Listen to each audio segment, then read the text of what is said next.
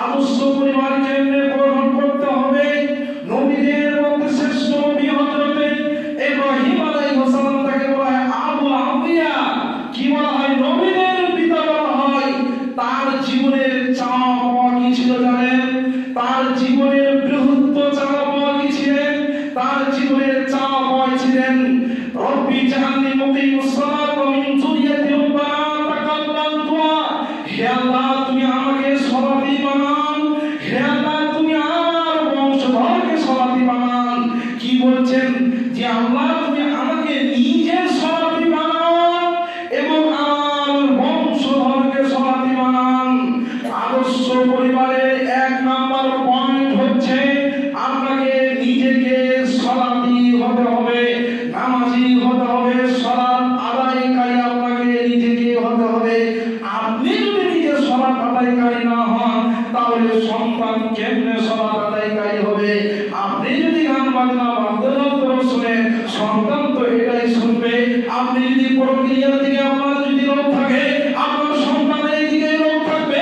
এক কথায় আপনাকে মূল খারাপ কাজ থেকে বিরত থাকতে হবে।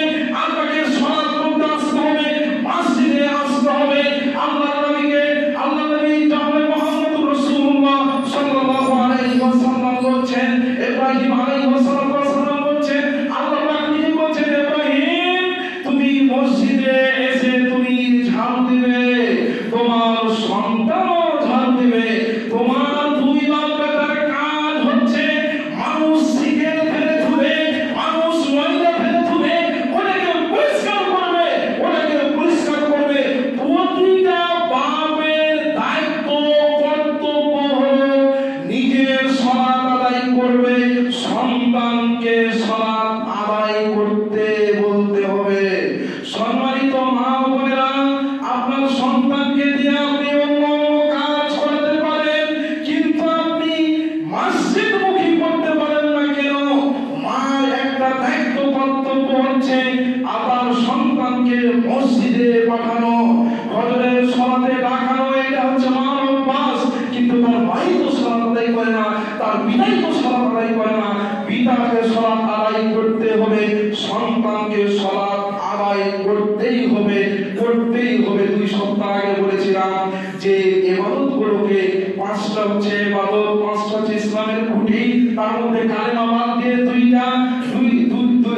4টাকে 2 ভাগে ভাগ করা যেতে পারে। এক ভাগ হচ্ছে রহমত বরকত, হজটা হচ্ছে রহমত বরকত, সিয়ামটা হচ্ছে রহমত বরকত। সিয়াম বছরে একবার করতে হয়, আর হজ জীবনে একবার করলে চলে। সম্মানিত উপস্থিতি, কিন্তু সালাত এবং যাকাত এইটা একটি এমন ইবাদত, এটা একটা ক্ষমতার দান, করতেই হবে, যাকাত দিতেই হবে। মুহাম্মদ সাল্লাল্লাহু আলাইহি ওয়াসাল্লাম আজ থেকে 1000 বছর পূর্বে আল্লাহর নবী বলে গেছেন, হাদিসের পথে হাদিস থেকে গেছে, কিন্তু আমরা আমলে বাস্তবায়ন করি না। আল্লাহর নবী বলেন, তোমার ছেলে সন্তানের বয়স যখন 7 বছর হবে, তখন তুমি তোমার সন্তানকে বলো, আব্বু সালাত পড়তে আসো, আব্বু সালাত পড়তে আসো, আব্বু সালাত পড়তে আসো। 7, 8, 9, 3 বছর আপনি আদরের সাথে আপনি নিয়ে আসেন। অবশ্যই আপনার সন্তান সালাতি হবে, অবশ্যই হবে। তারপরে যদি 10 বছর বয়সে যদি সেই সালাত আদায় না করে, তাহলে তাকে মেরে পিটে সালাত আদায় করাতে হবে। এটা হচ্ছে বাবার কর্তব্য, এটা হুজুরের কর্তব্য নয়, কোন শিক্ষকের কর্তব্য নয়, এটা হচ্ছে নিজের পিতার কর্তব্য। আর আমরা কি করে থাকি? হুজুর আমার সন্তান কথা শুনে না, হুজুর আমার সন্তান নামাজ পড়ে না। কি জন্য আপনি বলেন? আপনি খারাপ করেছেন আপনার সন্তানকে, আপনার সন্তানের পরকালকে আপনি কবর দিয়েছেন, অন্য কেউ কবর দেয় নাই, আপনি কবর দিয়েছেন। আপনি যদি 7 বছর বয়স থেকে যদি আপনি নিয়ে আসবেন, অবশ্যই আপনার সন্তানটা এরকম খারাপ কাজে লিপ্ত হতো না, আজকে গান বাজনাতে লিপ্ত হতো না। আজকে দিবসে আমরা ভরপুর। আপনার সন্তান দিবস পালন করে কেন? আপনার সন্তান দেখছেন বাজায় কেন? আপনার সন্তান এই কারণে বাজায়, কেননা আল্লাহ সুবহানাহু ওয়া তাআলা সালাত বানানিল ফাহশাই ওয়াল মুনকার, নিশ্চয় সালাত অশ্লীল বেহায়া কাজ রাখে।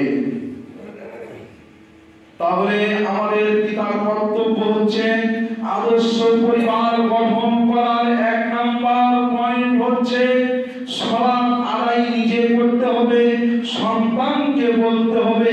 যদি আপনি আপনার সন্তানকে বলতে থাকবেন, না শুনো বলতে থাকেন, এমন এক পর্যায়ে হতে পারে আপনি মারা গেলে তারপরে তার অন্তরে অনুতপ্ত হয়ে এক পর্যায়ে সালাত আদায় করতে পারে, এরকম হতে পারে। আপনার সন্তান আদায় করে না, আপনি বলতে থাকবেন। একজন মায়ের কর্তব্য হচ্ছে আপনি বলতে থাকবেন, বলতে থাকবেন। আপনি নিজে আসবেন, আপনি বলতে থাকবেন। দ্বিতীয় নাম্বার পয়েন্ট হচ্ছে ভালোভাবে শুনে রাখবেন, আপনার এবং আপনার সন্তানের জন্য 2টা কাজ না করে যেন আল্লাহ মৃত্যুবরণ না করে। কয়টা কাজ? 2টা কাজ। ভালোভাবে শুনবেন, 2টা কাজ জীবনে না সম্পাদন করে আল্লাহ যেন আপনার মৃত্যু না দেয়। 1 নাম্বার হচ্ছে 5 ওয়াক্ত সালাত। কয় ওয়াক্ত? 5 ওয়াক্ত সালাত। 5 ওয়াক্ত সালাত যেন আপনার জীবনে না ছুটে, আপনার সন্তানের জীবনে যেন না ছুটে, এরকম পদক্ষেপ দিবেন। নাম্বার 2, কোরআন না শিখে যেন আপনার মৃত্যু না হয়। কি? কোরআন না শিখে যেন আপনার মৃত্যু না হয়। কোরআন না শিখে যেন আপনার মৃত্যু না হয়। সম্মানিত উপস্থিতি, ভালোভাবে শুনবেন। যদি নফল সালাত যদি আদায় না করেন তাহলে কি গুনাহ হবে?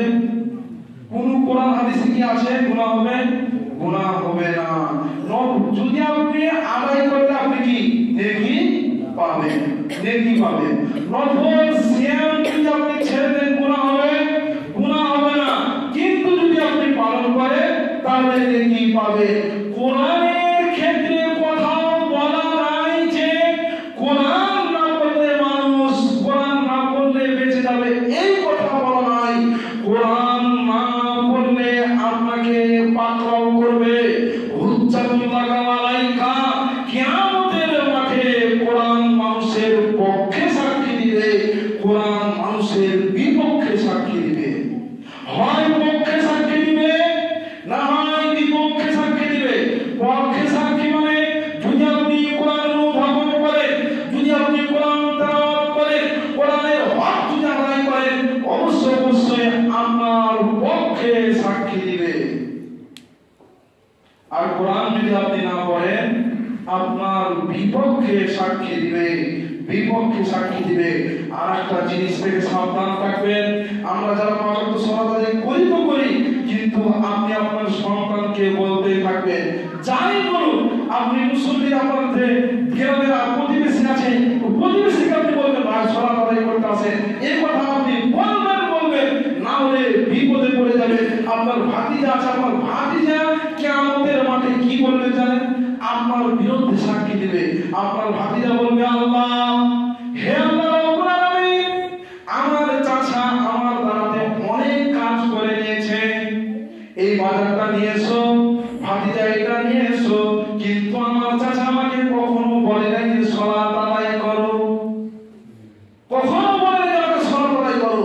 আপনি 5 ওয়াক্ত সালাত আদায় করে পার করবেন না, সেখানে আপনি ধরা খাবেন।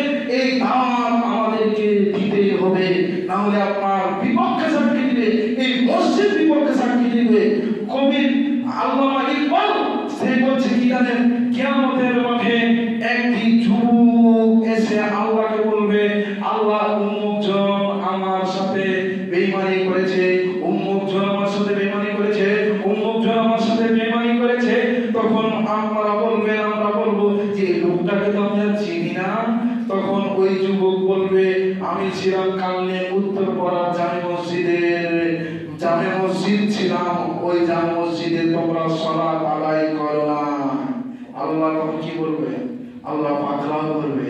দেখেন এরকম কোরআন আল্লাহর পক্ষে বিপক্ষে সাক্ষী দিবে, বলবে আল্লাহ এই যে দেখেন তোমার বান্দা আমাকে পেয়ে তাবিজ কবুজ করে তারপরে পানিতে ফুঁক দিয়ে খেয়ে তারা জীবন যাপন করেছে, কিন্তু আমাকে তেলাওয়াত করে নাই, আপনার বিপক্ষে সাক্ষী দিবে।